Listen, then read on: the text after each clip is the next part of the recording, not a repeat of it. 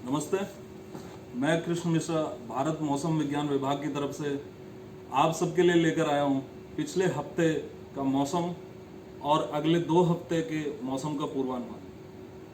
दोस्तों, जैसा कि अभी हमने देखा, पिछला हफ्ता जो हमारा पश्चिमोत्तर जो हमारे राज्य हैं और मध्य भारत के जो राज्य हैं वहाँ पर काफ़ी सक्रिय मौसमी दशाएं रहीं।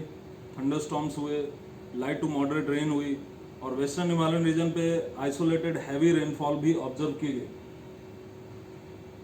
अगले अभी जो आने वाला 2 हफ्ता है उसमें हमारा, अगर हम पूर्वोत्तर भारत को छोड़ दें, नॉर्थ ईस्ट इंडिया को, और अगर हम पश्चिमी हिमालयी क्षेत्रों जम्मू कश्मीर, लद्दाख, गिलगित बाल्तिस्तान, मुजफ्फराबाद, हिमाचल प्रदेश और कुछ उत्तराखंड के हिस्सों को छोड़ दें तो आने वाले 2 हफ्ते बाकी पूरे देश पर शुष्क रहेंगे।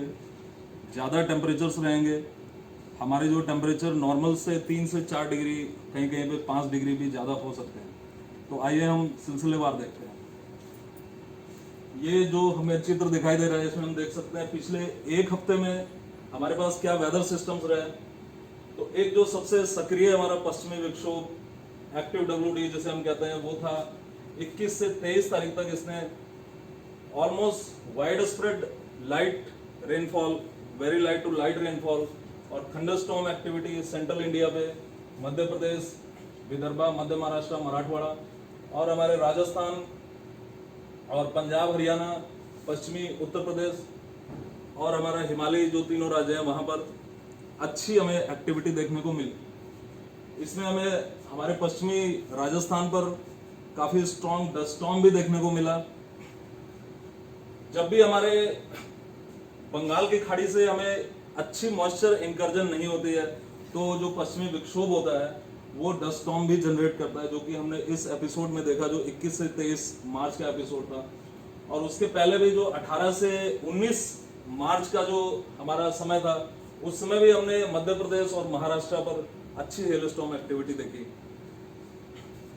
तो ये हमारा वेदर रहा। और जब हमारा वेस्टर्न डिस्टर्बेंस जैसे कि ईस्टवर्ड मूव करता है तो कुछ 21 और 22 तारीख को हमारे अरुणाचल प्रदेश और उससे सटे हुए जो आसाम के हिस्से हैं वहां पर अच्छी रेनफॉल एक्टिविटी और साथ में थंडरस्टॉर्म्स ऑब्जर्व किए गए। ये जैसा कि हम देख सकते हैं रेनफॉल अमाउंट हमारा 19 से जो कि 19 मार्च जो कि 18 मार्च को ऑब्जर्व हुआ और हमारा 24 मार्च तक यहाँ पर हम देख सकते हैं। आपको ज्यादातर आपको जो है लाइट टू मॉडरेट रेनफॉल दिखी है। आपको 23 तारीख को आपको पुंछ पर 8 सेंटीमीटर वर्षा दर्ज की गई और हमारे गोविंदपुरा स्टेशन पर 7 सेंटीमीटर वर्षा दर्ज की गई।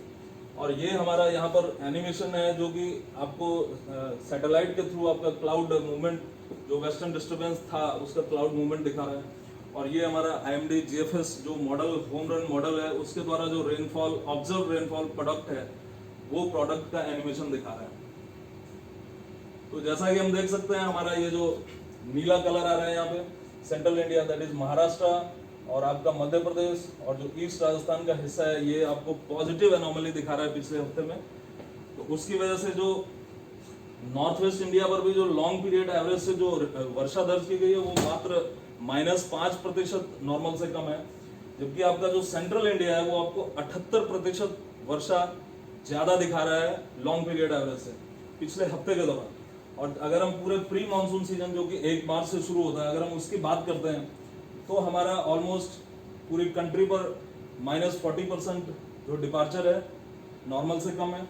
और इसके अलावा north west India, central India, south peninsula और east and north east India पर भी डिपार्चर्स -25 से लेके -40 और आपके साउथ पेनिनसुला पर तो -70% तक हैं। तो इसमें हमारे बस वही 2 मेजर सिस्टम्स है जो हमारे सेंट्रल इंडिया और ईस्ट राजस्थान के हिस्सों पर जिन्होंने अच्छी रेनफॉल एक्टिविटी दी और उसकी वजह से वहां पर डिपार्चर्स नॉर्मल या अबो नॉर्मल रहे, बाकी जगह पे जो है डेफिशिएंट रहे। तो ये दिखाता है कि जो प्री मानसून सीजन है इस बार का, वो अभी तक जो सीजन रहा है वो थोड़ा सा वीक सीजन रहा है। और इसी कमजोर जो सीजन रहा है इसकी वजह से हमें काफी प्लेजेंट वेदर देखने को मिला इस महीने के अंदर। और आप ये हमारा जो मैक्सिमम टेम्परेचर एनोमली है पिछले हफ्ते की, उसमें आप देख सकते हैं ये जो आपका कलर है, ये आपको deep green colour and this colour over Karnataka and Maharashtra. तो आप देख सकते हैं ये आपका पूरा below normal temperatures from -1 to -3 even -4 degree below maximum normal below normal maximum temperatures observe किए गए। यहाँ पर जो टेम्परेचर्स थे north west India and western Himalayan region, यहाँ पर टेम्परेचर्स एबो नॉर्मल रहे, लेकिन वो जस्ट आपका जो yellow colour that corresponds to 1 to 2 degree centigrade only. और नॉर्थ ईस्ट इंडिया पे काफी ज्यादा आपको एबो नॉर्मल टेम्परेचर्स दर्ज किए गए जो आपके 5 से 6 डिग्री तक हैं। ये हमारी आज की वेदर कंडीशन है। आप देख सकते हैं कि कुछ ऐसा सिग्निफिकेंट कोई भी सिस्टम अभी नहीं है। आपको एक यहाँ पर जो हमारा WD था 23 तारीख तक, वो जो आगे बढ़ा है उसका एक रेमनेंट ट्रफ आपको दिखाई देगा 86 डिग्री लॉन्गिट्यूड और to the north of 24 degree latitude. और एक आपको wind discontinuity running from Rayalaseema up to आपका जो साउथ उड़ीसा रीजन है अक्रॉस कोस्टल आंध्र प्रदेश। तो इनकी वजह से कुछ आपको प्रोमिनेंट वेदर एक्टिविटी होने का कोई चांस नहीं है। बस आपको नॉर्थ ईस्ट इंडिया में थोड़ी हल्की फुल्की बौछारें और हल्की लाइट थंडरस्टॉर्म एक्टिविटी केवल एक्सपेक्टेड है। अब हम आते हैं हमारी जो फोरकास्ट समरी है। तो हम पहले रेनफॉल समरी देखेंगे वीक 1 के लिए और फिर हम रेनफॉल समरी फॉर वीक 2 हम देखेंगे। तो सबसे जो मेजर चीज है दोनों हफ्तों के लिए वो ये है कि अभी इस हफ्ते में जो हमारा 27 तारीख से की रात्रि से आप कह सकते हो कि 28 तारीख को एक वेस्टर्न हिमालयन रीजन पे एक वेस्टर्न डिस्टर्बेंस आएगा जिसका कोई मैदानी हिस्सों पर पंजाब, हरियाणा, वेस्ट यूपी, राजस्थान पर कोई प्रभाव नहीं पड़ने वाला है। केवल आपको जम्मू कश्मीर, लद्दाख, गिलगित, बाल्टिस्तान, मुजफ्फराबाद, हिमाचल प्रदेश और उत्तराखंड पर scattered to fairly widespread rainfall और कहीं कहीं ऊपरी हिस्सों पर आइसोलेटेड स्नोफॉल हो सकती है। उसमें भी उत्तराखंड पर काफी आइसोलेटेड एक्टिविटी होगी। जो मेजर एक्टिविटी होगी वो आपके जम्मू कश्मीर पर होगी और उसके बाद में थोड़ी कम होकर के हिमाचल प्रदेश पर होगी। तो 28 तारीख 28 और 29 को ये है। और उसके बाद जो वीक 2 में हमारी जो एक्टिविटी है वो हमारी स्ट्रॉन्ग साउथ वेस्टर्ली जाने की वजह से लोअर लेवल से बे ऑफ बंगाल से हमारा जो नॉर्थ ईस्ट इंडिया है, त्रिपुरा, हमारा जो मिजोरम और असम, मेघालय एंड अरुणाचल प्रदेश जो नॉर्थ ईस्ट इंडिया जैसे हम बोलते हैं, वहां पर मॉडरेट टू सीवियर 29 मार्च से लेकर के 2 अप्रैल तक मॉडरेट टू सीवियर थंडरस्टॉर्म, जिसमें थंडर स्क्वैल भी हो सकता है जो 60 to 70 kmph के विंड्स चल सकते हैं और साथ में लाइटनिंग भी हो सकती है और फेयरली वाइड स्प्रेड रेनफॉल तो रहेगी। तो अभी जैसा कि हमने रेनफॉल समरी 2 हफ्तों की हमने देखी है, तो उसमें अभी आगामी जो 5 दिन है उसमें एरिया स्पेसिफिक कैसा रहेगा ये आपको कलर कोड के माध्यम से दिखाते हैं। अभी अगले 3 दिन तक हमें सौराष्ट्र, कच्छ और नॉर्थ गुजरात रीजन पे isolated heat wave conditions observe हो सकती हैं। आइसोलेटेड हीट वेव कंडीशंस का मतलब है कि जो मैक्सिमम टेम्परेचर है वो 40 डिग्री से ज़्यादा जा रहा है और जो उसका डिपार्चर फ्रॉम नॉर्मल है वो 4.5 डिग्री से ज़्यादा जा रहा है। तो ये हमारा गुजरात पर रहने की संभावना है। साथ में हमारे कोंकण और गोवा जो रीजन है वहाँ पर भी वो कोस्टल रीजन है। कोस्टल रीजन पर जो मैक्सिमम टेम्परेचर की जो लिमिट है वो 37 डिग्री रखी गई है, डिपार्चर वही 4.5 डिग्री सेंटीग्रेड का है। तो ये हमारा रहेगा और कुछ आइसोलेटेड छिटपुट आपको thunderstorm activity north India, Karnataka और केरला पर तो अगले 4-5 दिन वो जारी रहेगा ही रहेगा। अब हम आते हैं, देखते हैं ये जो आपका ऑरेंज जो कलर है ये दिखा रहा है जो 28 तारीख से जो एक पश्चिमी विक्षोभ आ रहा है जिसकी अभी हम बात कर रहे थे। तो यहाँ पर ये आपको देखिए जम्मू कश्मीर, हिमाचल और उत्तराखंड को ये यहाँ पर आपको जो ऑरेंज कलर दिखाई दे रहा है यहाँ पे आइसोलेटेड हेलस्टॉर्म की भी संभावना है। लेकिन आप देख रहे हैं कि पंजाब, हरियाणा और वेस्ट यूपी इस रीजन को ये पूरा हमने इसको ग्रीन रखा है, यानी यहाँ पर कोई वेदर एक्टिविटीज WD की वजह से नहीं होगी। टेम्परेचर्स पर थोड़ा इम्पैक्ट होगा बट रेनफॉल के टर्म्स में कोई एक्टिविटी नहीं होगी। और 29 को फिर आपको थंडरस्टॉर्म एक्टिविटी कंटिन्यू रहेगी वेस्टर्न हिमालयन रीजन पे। उसके बाद में ये एक्टिविटी खत्म हो जाएगी 30 तारीख से। आपको जो हमने strong south westerly moisture laden winds की बात की from the Bay of Bengal over to हमारा नॉर्थ ईस्ट इंडिया एंड आपको जो coastal parts of GWB and Orissa की बात हुई, तो यहाँ पे आप देख सकते हैं कि 28 और 29 तारीख को आपको थंडरस्टॉर्म्स के सिंबल यहाँ पे दिखाई दे रहे हैं। तो ये एक्टिविटी रहेगी 28-29। 29 से ये काफ़ी पिकअप हो गई एंड 30-31 में इसका मैक्सिमम जो इसका पीरियड रहेगा वो 30-31 को रहेगा। उसके बाद में 1 तारीख को करके फिर ये 2 से वीकन होना शुरू हो जाएगी और 3 तारीख से ये आपको क्लियर वेदर मिलने की संभावना है over the north east India. ये आपके जो टेम्परेचर जैसा कि हमने बात की, सॉरी आपके जो रेनफॉल पे हमने बात की, तो हम देख रहे हैं कि यहाँ पर इस तरह की रेनफॉल एक्टिविटी आपको जो फर्स्ट वीक के एंड में जो आपको एक्टिविटी स्टार्ट हो जाएगी 28 तारीख से, तो इसलिए ये आपको अबव यहाँ पे आपको रेनफॉल एक्टिविटी दिखाई दे रही है। और इस रीजन पर आप देख रहे हैं अबव नॉर्मल रेनफॉल दिखाई दे रही है। बाकी तो आपका पूरा yellow and orange and red colour आपको दिखाई दे रहा है, विच शोज दैट कि यहाँ पर आपकी जो रेनफॉल एक्टिविटी है वो आपकी बिलो नॉर्मल रहेगी।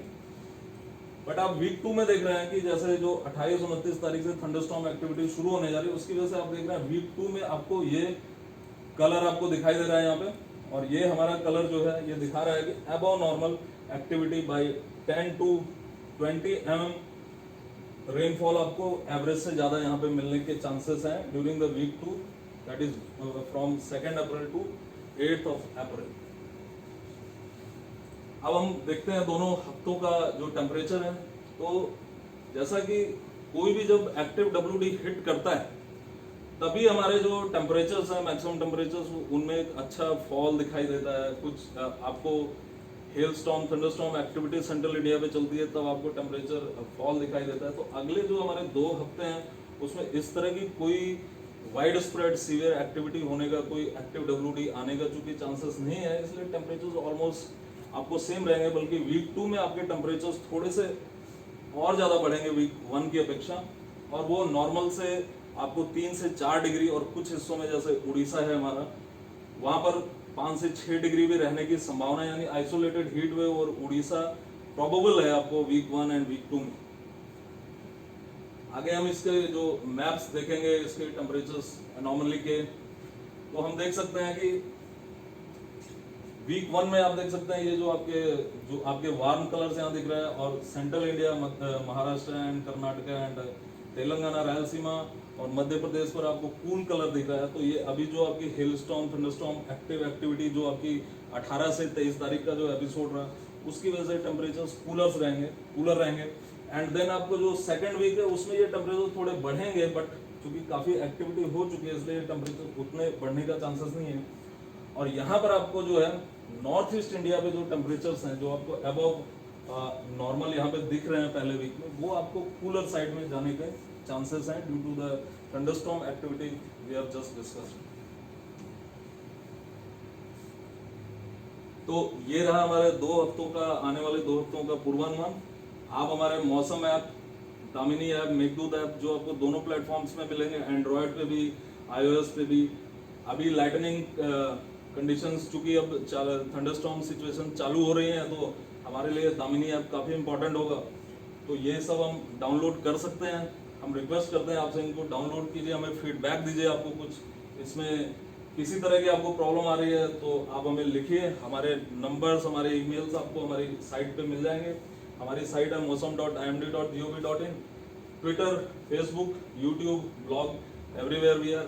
सो आप आइए। और आगे हमने जो इनिशिएटिव शुरू किया क्राउड सोर्सिंग का। सो क्राउड सोर्सिंग में आप जहां कहीं भी हैं, देश के जिस भी हिस्से में हैं, आपको जो भी वेदर ऑब्जर्व हो रही है, तो आप mosam.imd.gov.in पे जाके, वहां से आप इसके लिंक पे जाके, और rain, thunder, lightning, hello storm, dust storm, fog, जो भी आप ऑब्जर्व कर रहे हैं वो अकॉर्डिंगली आप फिलअप करके यहाँ पे सबमिट कर सकते हैं।